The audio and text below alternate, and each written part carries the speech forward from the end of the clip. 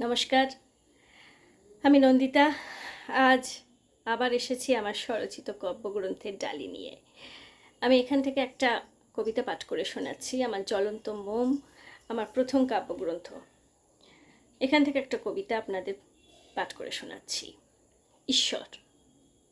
কাল্পনিক চরিত্রগুলো যখন একটু একটু করে রক্ত মাংসের চরিত্র হয়ে ওঠে, বিশ্বাস করো, ওদের মুখে আমি ঈশ্বরের ছায়া দেখতে পাই। যদিও ঈশ্বরকে প্রেমিক ভাবতে পারার মতো ক্ষমতা বা সাহস কোনোটাই আমার নেই। প্রেমে বা অপ্রেমে আবেগ আমাকে স্পর্শ করে না আজও।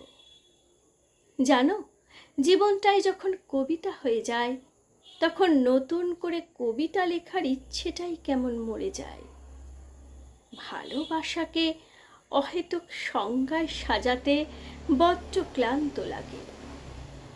ভালোবাসি কথাটা বলতে দম লাগে বস। আগে তো সাহসী হোক বিশ্বাসের নোঙর। একটা বদলে যাওয়া মানুষ আর খুবলে খাওয়া আর্তনাদ আমার ধোয়া ওঠা গরম ভাতে এক নিমেষে জল ঢেলে দেয়। তুমি কেন বুঝেও না বোঝার অভিনয় করতে থাকো? নমস্কার। ভালো লাগলে চ্যানেলটিকে প্লিজ সাবস্ক্রাইব করে দেবেন আর কমেন্টে জানাবেন কেমন লাগলো আমার কবিতাটি। নমস্কার।